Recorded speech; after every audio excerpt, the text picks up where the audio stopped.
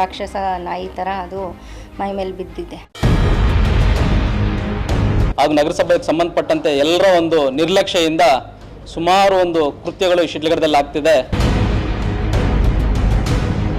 ನಮಗಿರೋದು 500 ರೂಪಾಯಿ ಅಧಿಕಾರ ಮಾತ್ರ ಇರೋದು. ಕಳ್ಳರಿಂದ ತಪ್ಪಿಸ್ಕೊಳ್ಳೋದು ಒಂದು ಕಾಟ ಆದ್ರೆ ಇನ್ನೊಂದು ಕಡೆ ನಾಯಿಗಳಿಂದ ತಪ್ಪಿಸ್ಕೊಳ್ಳೋದು ಒಂದು ಕಾಟ ಆಗೋಗಿದೆ ನಮಗೆ. ಇವಾಗ ಹೇಳಿದ್ರು ಆಯ್ತು ಹೋಗ್ತೀವಿ ಅಂತ ಹೇಳ್ತಾ ಇದ್ದಾರೆ ಹೊರತು ಇದುವರೆಗೂ ಹೋಗಿಲ್ಲ. ವಿತಿನ್ ಸೆಕೆಂಡ್ಸ್ ಅಲ್ಲಿ ಹೋಗ್ಬೇಕಾಗಿತ್ತು. ನಾಯಿಗೆ ಸಂಬಂಧಪಟ್ಟಂತೆ ಏನೋ ಅನುದಾನ ಬರಲ್ಲ. ಕತ್ತಲ ರಾತ್ರಿಯಲ್ಲಿ ಇದ್ದಕ್ಕಿದ್ದಂತೆ ರಾಕ್ಷಸ ನಾಯಿ ಮೈ ಮೇಲೆ ಎರಗಿದೆ. ಒಂದೇ ಕ್ಷಣದಲ್ಲಿ ಅಂಗೈ ಹಿಡಿದು ಜಗಿದು ತಿಂದಿದೆ. ಅಯ್ಯೋ ಇದೇನಾಗ್ತಿದೆ ಅಂತ ತಿಳ್ಕೊಳ್ಳೋಷ್ಟೊಳಗೆ ರಕ್ತ ಹರಿದು ಬಂದಿದೆ. ಒಂಟಿ ಮಹಿಳೆ ರಸ್ತೆಯಲ್ಲಿ ಹೋಗುವಾಗ ನಡೆದಿರೋ ಈ ಘಟನೆಯಿಂದ ಜನ ಕಂಗಾಲಾಗಿದ್ದಾರೆ.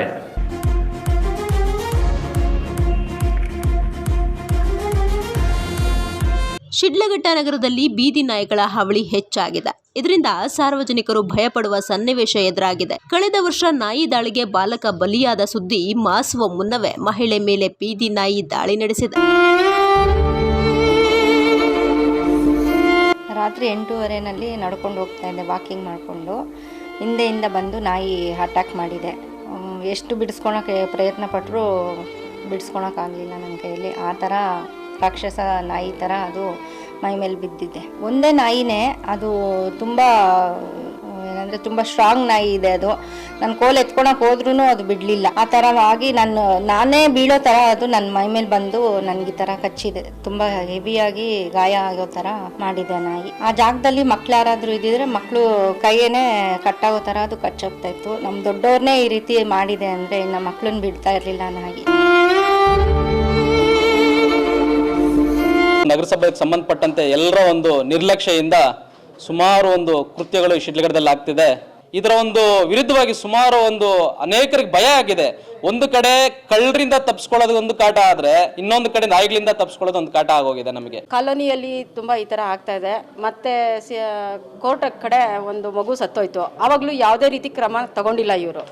ಆವಾಗಲೂ ಇದೇ ರೀತಿ ಲೆಟರ್ ರೈಟಿಂಗ್ ಎಲ್ಲ ಕೊಟ್ಟಿದ್ದಾಗಿದೆ. ಆವಾಗಲೂ ಯಾವುದೇ ರೀತಿ ಕ್ರಮ ತಗೊಳ್ದಿರಾ ಸರಿ ಅವರು ನಿರ್ಲಕ್ಷ್ಯ ಮಾಡಿರೋದ್ರಿಂದ ಮತ್ತೆ ಇದೇ ರೀತಿ ಈಗ CR ಲೆವೆಟಲ್ಲಿ ನಡೆದಿದೆ.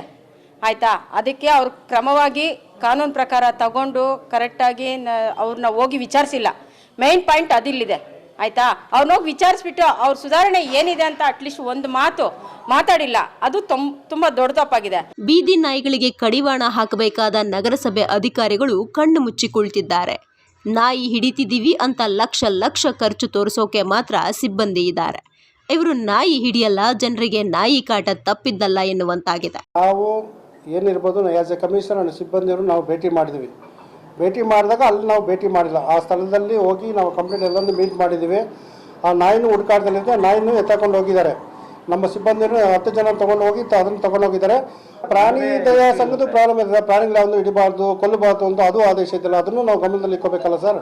ನಮ್ಮ ಕರ್ತವ್ಯ ಲೋಪವನ್ನು ನಾವು ಸಮರ್ಪಕವಾಗಿ ನಿರ್ವಹಿಸ್ತದೆ. ಆಕಸ್ಮಿಕ ಘಟನೆಗಳಾಗಿದೆ, ಇನ್ನು ಇಂಥ ಘಟನೆಗಳು ಮರುಕಳಿಸದಂತೆ ಎಚ್ಚರ ವಹಿಸ್ತೇವೆ. ಹುಡುಗರು ಎಲ್ಲ ಕಾಲೇಜ್ ಹುಡುಗರು ಹೋಗೋರಿಗೆಲ್ಲ ಕಚ್ಚಕ್ಕೆ ಹಿಂದೆನೇ ಬರ್ತವೆ. ಅವು ನಾವೆಷ್ಟು ಓಡಿಸಿದ್ರು ಅವರು ಹೋಗೋದಿಲ್ಲ. ನಾಯಿಗಳು ಇಲ್ಲೇ ಇರ್ತವೆ. ಒಂದು 10-15 ನಾಯಿಗಳು ಓಡಾಡ್ತಾನೆ ಇದೆ ಬೀದಿನೂ. ಅದರಿಂದ ನಾವು ಎಷ್ಟೋ ಸಲ ನಗರಸಭೆಗೆ ಇದು ಮಾಡಿದ್ರು, ಅವರು ಮುನ್ನೆಚ್ಚರಿಕೆ ತಗೊಂಡಿಲ್ಲ. ಅದರಿಂದ ನಮಗೆ ತೊಂದರೆ ಆಗಿದೆ. ಅಧಿಕಾರಿಗಳ ನಿರ್ಲಕ್ಷ್ಯಕ್ಕೆ ನಗರದ CR ಬಡಾವಣೆಯ ಮಹಿಳೆ ಶಿಲ್ಪಾ ಬಲಿಪಶುವಾಗಿದ್ದಾರೆ. ಇನ್ನಾದರೂ ನಗರಸಭೆ ಅಧಿಕಾರಿಗಳು ಎಚ್ಚೆತ್ತುಕೊಳ್ಳಬೇಕಿದೆ.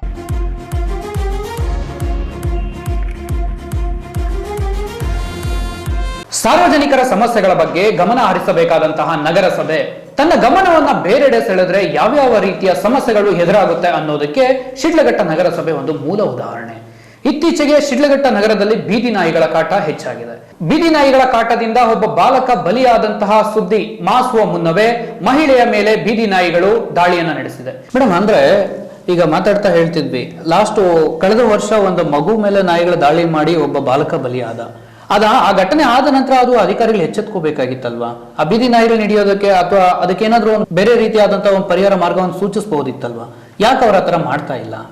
ಈಗ ನಿಮಗೆ ಈ ರೀತಿ ಆಗಿದೆ ಅಂತಂದ್ರೆ ಇನ್ನು ಸಣ್ಣ ಪುಟ್ಟ ಮಕ್ಕಳು ಬಂದ್ರೆ ಅವ್ರ ಗತಿ ಹೇಗೆ ಮೇಡಮ್? ಅದೇ ಸರ್, ಅವ್ರ ನಿರ್ಲಕ್ಷ್ಯ. ಅಧಿಕಾರಿಗಳ ನಿರ್ಲಕ್ಷ್ಯ. ಯಾಕಂದ್ರೆ ಇನ್ನೊಂದು ನಮಗೆ ಮಹಿಳೆ ಮತ್ತು ಮಕ್ಕಳಿಗೆ ಯಾವ ಅಧಿಕಾರಿಗಳು ಯಾವ ಪೊಸಿಷನ್ ಅಲ್ಲಿ ಇದ್ದಾರೆ, ಯಾವ ಪೋಸ್ಟ್ ಅಲ್ಲಿ ಇದ್ದಾರೆ, ಅವ್ರು ಯಾರು ಅಂತ ನಮಗೆ ಏನ್ ಗೊತ್ತು ಸರ್? ನಮ್ದೇನು, ನಾವು ಮಿಡ್ಲ್ ಕ್ಲಾಸ್ ಫ್ಯಾಮಿಲಿ ಅವರು, ನಮ್ ಸಂಸಾರದ ಜಂಜಾಟನೆ ನಾವು ಜಾಸ್ತಿ ಇರ್ತೈತೆ, ಅದನ್ನ ನೋಡ್ಕೊಳ್ಳೋದ್ರಲ್ಲೇ ನಮಗ್ ಸರೋಗಿರುತ್ತೆ. ಅವರು ಸರಿಯಾಗಿ ಬಂದು ಯಾವ ರೀತಿ ಮಾಡ್ಬೇಕು ಇದನ್ನೆಲ್ಲ ಕೆಲಸ ಅಂತ ಹೇಳ್ಬಿಟ್ಟು ಮಾಡಿದ್ರೆ ಈ ತರ ಪರಿಸ್ಥಿತಿ ಬರ್ತಾ ಇರ್ಲಿಲ್ಲ ಸರ್ ನಮ್ಗೆ. ಇಷ್ಟಾದ್ರೂ ಯಾರು ಬಂದು ನಮ್ನ ವಿಚಾರಿಸಿಲ್ಲ, ಯಾವ ಅಧಿಕಾರಿಗಳು ಬಂದಿಲ್ಲ, ಅದ್ರ ಬಗ್ಗೆ ಯಾವ ಆಕ್ಷನ್ ತಗೊಂಡಿಲ್ಲ. ನಾಯಿ ಪಾಡ್ಗ ನಾಯಿ ಆಲ್ರೆಡಿ 3 ದಿವಸದಿಂದ ನಾಯಿ ಹುಲಿ ತರಾನೇ ಇದೆ ಅಲ್ಲಿ. ನಾವು ಮತ್ತೆ ಅಲ್ಲಿ ಆ ರೋಡ್ ಹೋಗೇ ಇಲ್ಲ, ನಾವು ಮತ್ತೆ ಮನೆಯಿಂದ ಈಚೆನೂ ಬಂದಿಲ್ಲ.